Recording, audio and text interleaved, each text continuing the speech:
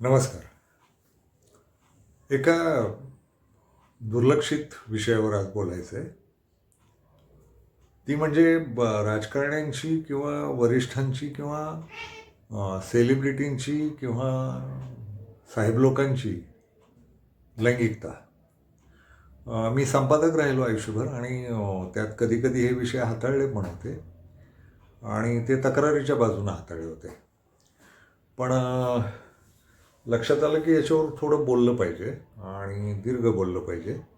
ही काय मानसिकता आहे आणि समाजात काय पसरलं आहे नेमकं. एक आधीच भूमिका स्पष्ट करतो.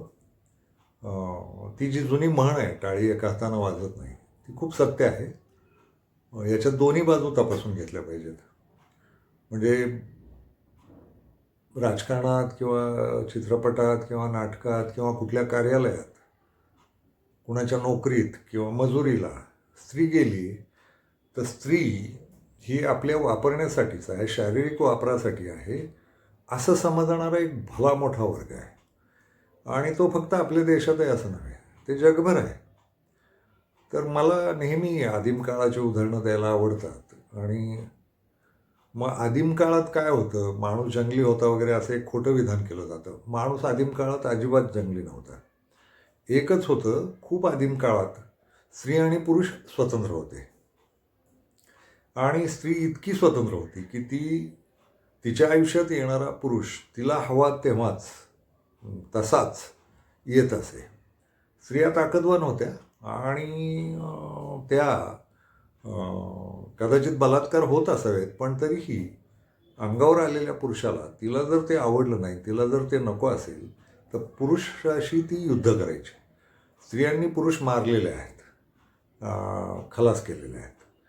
तर हा आदिम काळाचा इतिहास आहे. आणि त्या काळात नातेसंबंध नव्हते आणि त्या काळात कुठलं कुटुंब संस्था नव्हती, लग्न संस्था वगैरे असला काही पत्ता नव्हता. कुणीतरी एक स्त्री भटकत असताना आणि कोणतरी एक पुरुष भटकत असताना त्यांना नरमादी असं म्हणायचे त्या काळात. त्यांच्यात समागम घडे आणि समागम झालं की ते वेगळे होत आणि त्यांचं जगणं मोकळं होत. स्त्रिया स्वतंत्रपणे जगत, स्वतःचं पोट स्वतः भरत, पुरुष स्वतःचं पोट स्वतः भरत. त्यांचा खाण्यापिण्याचाही नातेसंबंध नव्हता. हे नंतरच्या काळात सुरू झालं, साधारण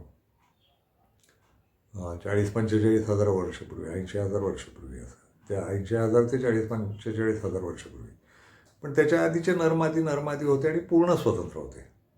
आणि बलात्काराच्या शक्यता जरी असल्या तरी बलात्कार होऊ देत नव्हत्या स्त्रिया. त्या उलटून त्या पुरुषाला खलास करत किंवा स्वतः मरत. तर युद्ध करण्याची ताकद असलेली स्त्री. मग आत्ता लक्षात असं येतं की ही समाजरचना तयार झाली, नातेसंबंध तयार झाले, गावं वसली, समूहानं सगळं जग जगायला लागलं. आता तर देश पण तयार झाले.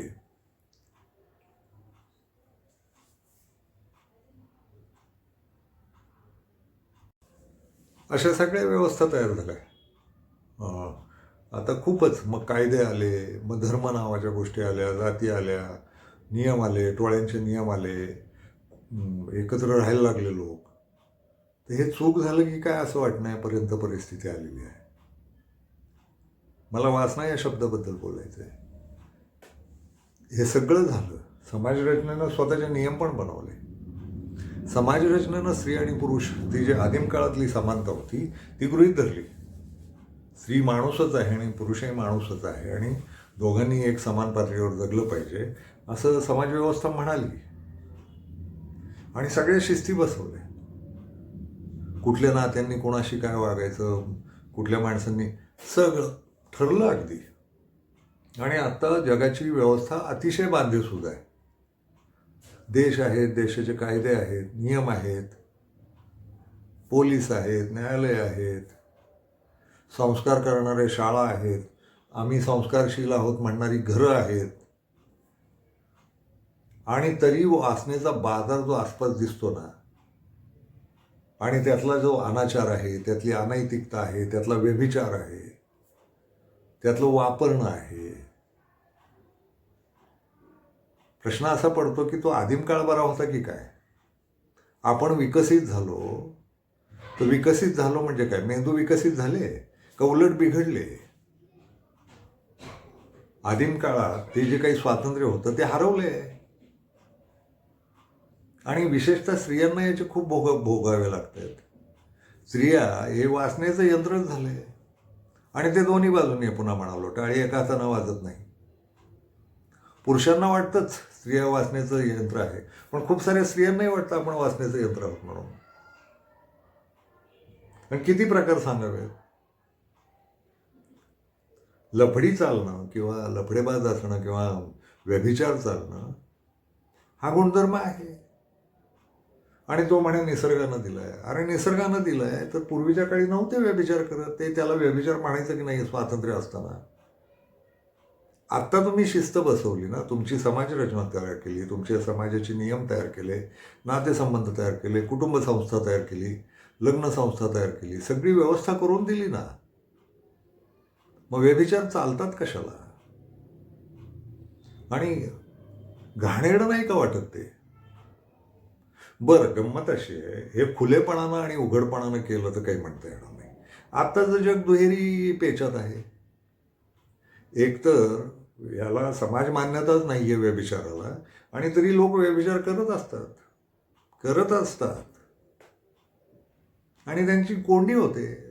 त्यांना व्यभिचार पण करायचा असतो आणि समाजही सोडायचा नसतो. याच्या कोंडीत अडकलेले लोक दिसतात आता, आणि ते जगभर. ना काहीतरी एक खुलं केलं पाहिजे ना. एक तर व्यभिचाराला अक्षरशः समाज मान्यता दिली पाहिजे, म्हणजे माणसं जरा मोकळं तरी जगतील, किंवा व्यभिचार पूर्णपणे बंद तरी झाला पाहिजे ना. तो चालू आहे सर्रास. आणि आणि त्यातलं मग नुसता व्यभिचार नाही, दुसरा गोष्ट आहे व्यभिचारात आणखी एक गोष्ट आहे, बलात्कार येतो. स्त्रियांवर बलात्कार होतात. जगभर मिनिटाला 3 बलात्कार होतात म्हणे. सोपा आकडा आहे हा. किती खतरनाक आहे. वेश्याव्यवसाय चालतात. स्वतःला अतिशय प्रगत आणि आधुनिक आणि आम्ही फारच विकसित झालोय म्हणणाऱ्या सगळ्या देशभरच्या सगळ्या गावांमध्ये वेश्याव्यवसाय रितसर चालू असतो. त्याचे कायदे नियम. वेश्याव्यवसाय गुन्हा ठरवलेल्या देशात सुद्धा वेश्याव्यवसाय चालतो. भारतात गुन्हा आहे वेश्याव्यवसाय, सर्रास चालतो. ते पोलीस काय करतात असं मी नाही म्हणणार, समाज काय करतो असा मुद्दा आहे. समाज दुहेरी आहे का? समाज ढोंगी आहे का? समाज भोंदू आहे का? कशाला वेश्याव्यवसाय करावा लागतो स्त्रियांना? मध्ये मी फेसबुकवर पोस्ट टाकली होती एकदा की वेश्याव्यवसाय जगभरचा बंद झाला पाहिजे, तेव्हा जग सुखी होईल, विकसित होईल. ते एकानं टाकलं होतं की आमच्या आया बहिणी सुरक्षित राहायच्या असतील तर वेश्या असणं गरजेचं आहे समाजात. मग माझ्या पद्धतीनं त्याला कळवलं होतं, ठीक आहे आम्ही वेश्या काढून घेतो, तुझ्या आया बहिणी पाठव. तुझ्या आया बहिणी आहेत आणि त्या वेश्या कोणाच्याच आया बहिणी नाहीत. म्हणजे तुझ्या आया बहिणी सुरक्षित राहायच्या असतील तर वेश्या असणं गरजेचं आहे. हे काय तत्वज्ञान आहे? तुम्ही विकसित झाला म्हणताना, आधुनिक झाला, विज्ञानाची एवढी प्रगती झाली, मग तुमच्या टाळक्यांची प्रगती का नाही होत आहे अजून? टाळक्यात दुरुस्ती का नाही करून घेत? टाळक्यात नुसती वाचण्याची ओथंब झाली आहे का काय तुमच्या? किती वेश्या नको आहेत, वेश्या हव्या आहेत. प्रगत राष्ट्र बाया वाढतात. धार्मिक राष्ट्र, जगात धर्माच्या नावानं चालणारी पण काही ढोंगी राष्ट्र आहेत, तिथेही वेश्याव्यवसाय चालतो. वेश्याव्यवसाय ही कीड नाही वाटत आहे. आणि स्वतःला प्रगत म्हणायचं, आपण प्रगत मानव आहोत, प्रगत आधुनिक मानव आहोत, विकसित मानव आहोत, आपण समजूतदार मानव आहोत आणि आपल्याला परंपरा आहे, महापुरुषांची परंपरा आहे, संतांची परंपरा आहे, धर्मांची परंपरा आहे. आणि एवढं असूनही खूप जगातले सगळेजण बहुतेक धर्मांचेच आहेत कुठले ना कुठले, आणि सगळ्या धर्मातल्या बायांना वेश्याव्यवसाय करावा लागतो. आणि काही बाया हौसेनं जातात म्हणे, ठीक आहे त्यांचं सोडा, बाकीच्यांना बळजबरीनं जावं लागतं ना वेश्याव्यवसायात. आणि कुणाची खास भागवायला? त्या पुरुषांची.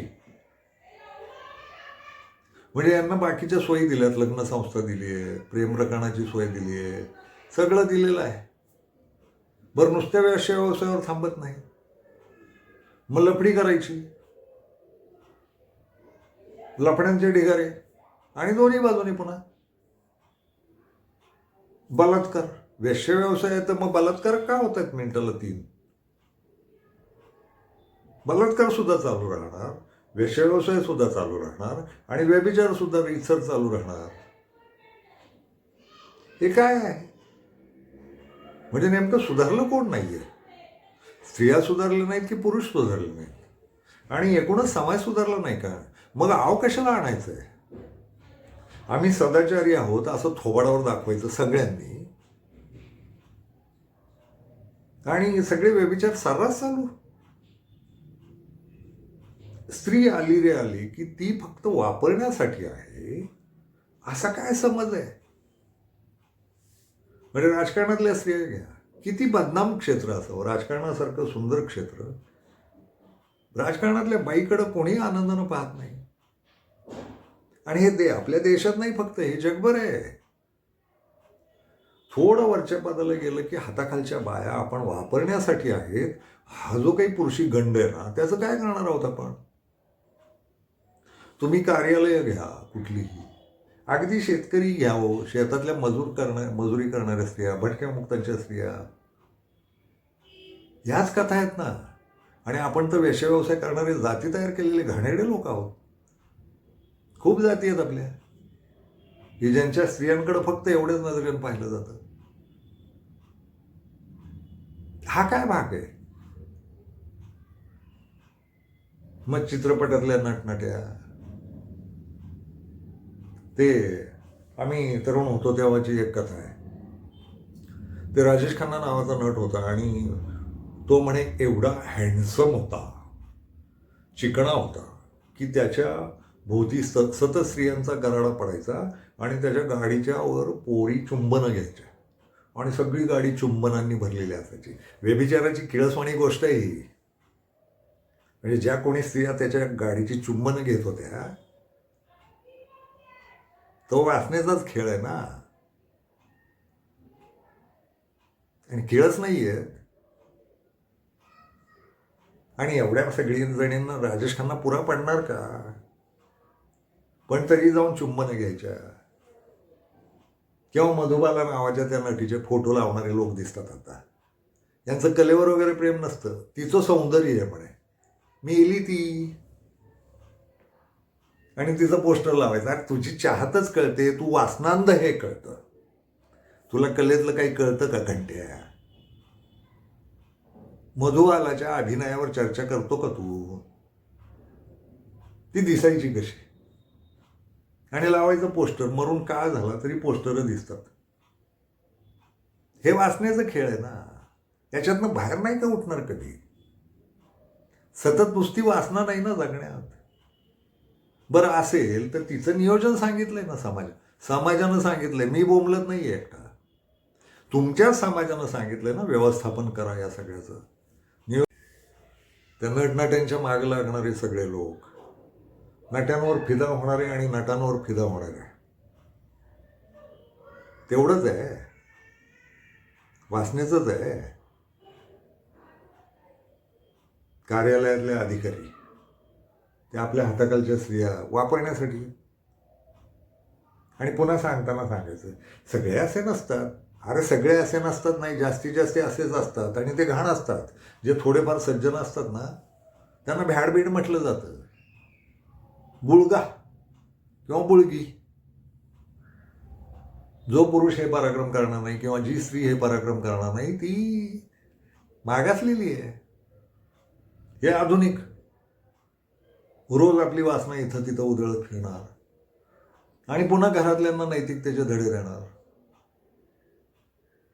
लफडी करणारे ते खूप लोक, मी पोरांशी बोलत राहतो, सगळ्यांशी बोलत राहतो, तर लफडी सांगणारे पण लोक आहेत.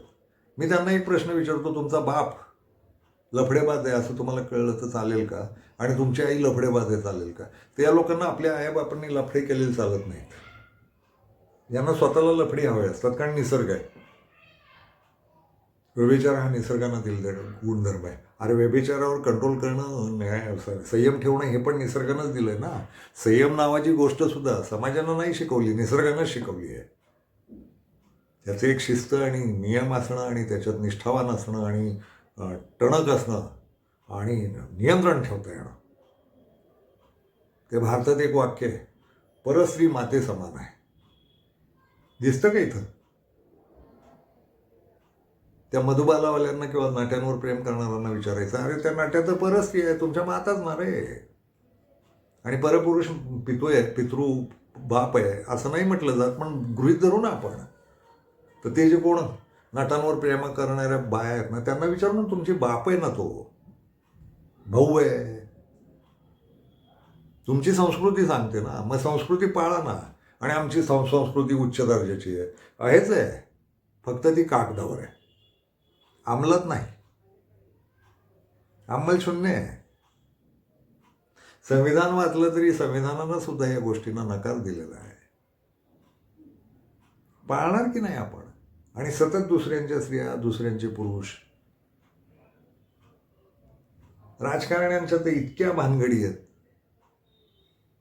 आणि मध्ये उघडकीला येत राहिल्या त्या. आताही ती कुठली तरी अमेरिकन फाईल येणार आहे. काय रोमांचक झालंय सगळं वातावरण. गेले 7-8 दिवस मोदी 19ला जाणार, मोदी 19ला जाणार, कारण फाईलमध्ये नाव येणार. तुम्हाला रस कशात आहे? ती दिवसभराची एक बातमी आहे. दिवसात 24 बातम्या द्यायच्या असतील तर फक्त एक बातमी आहे. 23 बातम्या बाकीच्या पाहिजेत ना. मोदीनं अणुऊर्जेचे प्रकल्प अमेरिकेला आणि त्याच्या खाजगी मित्रांना विकले, याच्यावर बातमीच नाही. ते शांती काहीतरी आणलं विधेयक. घाणेरडं आहे ते. तो देश विकतोय, तो गुलाम आहे अमेरिकेचा आणि वाटोळं करतोय देश विकून. तो इतका कोडगा बिडगा आहे ना, ती फाईल आली आणि तो राहणार. खूप लोक जाणार आहे, 19ला जाणार आहे. कशाला जाईल तो? त्याची सगळी लफडी लोकांना माहिती आहेत. जरा संसदेला कान लावा, खूप भयंकर भयंकर ऐकू येतं. ते सोनी नावाचं प्रकरण नाही का, काय केलं त्याच्यावरही बसलाय ना तो.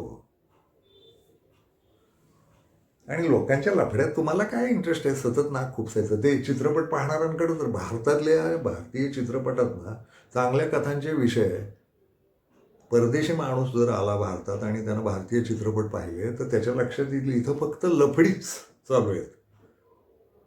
चित्रपटांचा मुख्य विषयच आपला प्रेम नावानं आहे आणि लफडी, वासना, बाया खपवणं.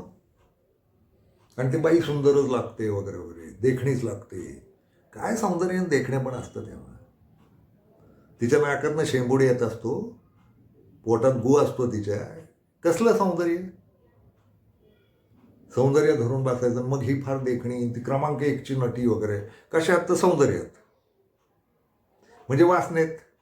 लोकांच्या वासनांची थिएटरमध्ये बसून दुसऱ्याच्या बाया पाहण्याची सोय आणि दुसरे नर पाहण्याची सोय म्हणजे चित्रपट. जगात कितीतरी अप्रतिम विषय पडलेत गेल्या 2000 वर्षातलं जे साहित्य, 5000 वर्षात इतकं अप्रतिम आहे. खूप विषय आहेत, खूप. त्याच्यात घोळायचंच ते. तुमच्या सिरियला घ्या, तुमच्या चित्रपट घ्या, नाटकं घ्या, लग्न, लफडी आणि स्वयंपाकघर. जगात जणू सगळं कोरडा दुष्काळ आहे सगळा विषयांचा. इतकं किळसवाणं वाटतं ना. वासना मी नाकारत नाही, वासनेसारखी सुंदर गोष्ट नाही. अप्रतिम गोष्ट आहे वासना. आणि तिचं जर सुंदर नियोजन असेल, सुंदर संयमन असेल, सुंदर वापर असेल आणि त्या वासनेत प्रेम असेल तर मग जगण्यासारखा दुसरा आनंद नाही. आणि मला नैतिक अनैतिकच बोलायचं आहे. आणि नैतिक अनैतिक हे दोन्ही शब्द मी नाही तयार केले. व्यभिचार, निष्ठा हे शब्द मी तयार नाही केले. ही तुमची संस्कृती सांगत आली, मानवी संस्कृती. एकतर एक करा की ते व्यभिचार तो तरी सोडा किंवा तो जाहीर करा. ढोंग नका करू दुहेरीपणाची.